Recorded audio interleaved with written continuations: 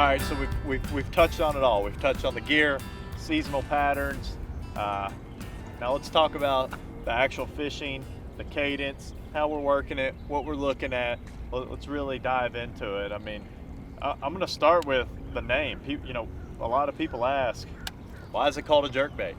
Some people think you might have to reel them. The reason it's a jerkbait is because the way we work it, our cadence, we're giving it short jerks, snaps of the rod. That is the reason it's a jerkbait. And for some reason, a lot of people are scared of it. A lot of people just don't have confidence in this bait.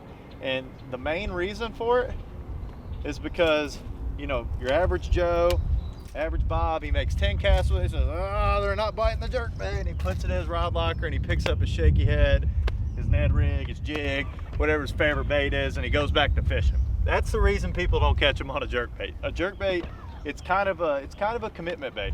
It's something that you got to pick up. You got to put your trolling motor down. You got to cover water. It's a great way to locate active fish. You just got to go. You got to cover water with it and keep fishing it. And I promise you, you're gonna run into bites, and it's gonna happen, and you're gonna get confidence in it. But the main thing is just throw the thing. That's it. That's the number one important aspect. So what we have right here, this is a flat pea gravel bank. This is what we're looking for. Early spring, pre-spawn scenario. This is exactly it. This here, we just came around a point. This is what I would call a lead-in bank. This is what the fish want to set up on when they're coming in to spawn.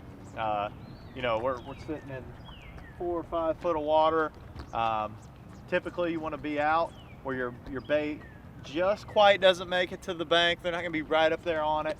And the retrieve during this time of the year, I'm working it pretty quick. Water temperatures are probably in the low 50s to the low 60s, and my retrieve it's fairly quick, man. I'm trying to cover water.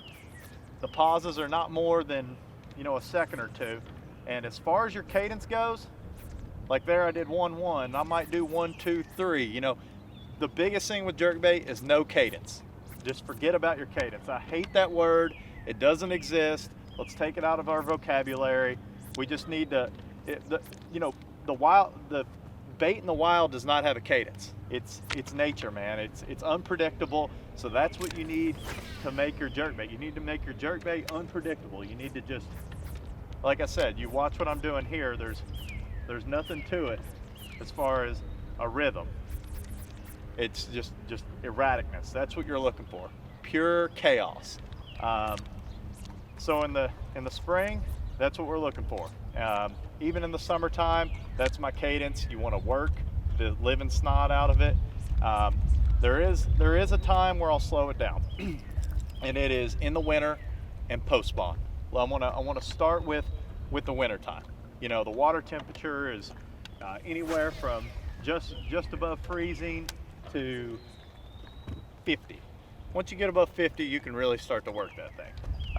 But just above freezing to 50, I'm gonna jerk it generally more on slack line. So you throw it out there. If you can see, I'm not reeling a lot. I'm just jerking, and it's keeping the bait like this, and it's staying fairly static. It's not moving a ton. So you're moving it, but you're not moving it forward laterally. You're not moving it towards you. You're just you're keeping it in one place. And I'll also mix in that 5 to 10 second pause. The colder the water, the more pause. And just listen to the fish. That's number one most important thing. But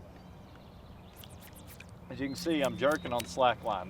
That's a big winter deal to me, is jerking on the slack line. I'll do it again, show you. So I'm reeling a little bit, but I'm jerking on slack line. You let it sit there. Wintertime jerking can be a slow process. Couple jerks.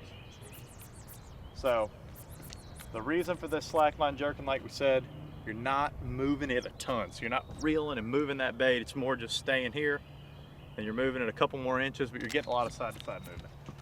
So warmer months, I'm jerking harder, I'm reeling with it. Bass University TV, an online video training course where you'll learn champion bass fishing techniques from pro anglers Pete Glusek, Mike Iaconelli, and their talented special guests. Watch hours of video content on multiple topics at your own pace for a low monthly fee. Cancel at any time. Subscribe today.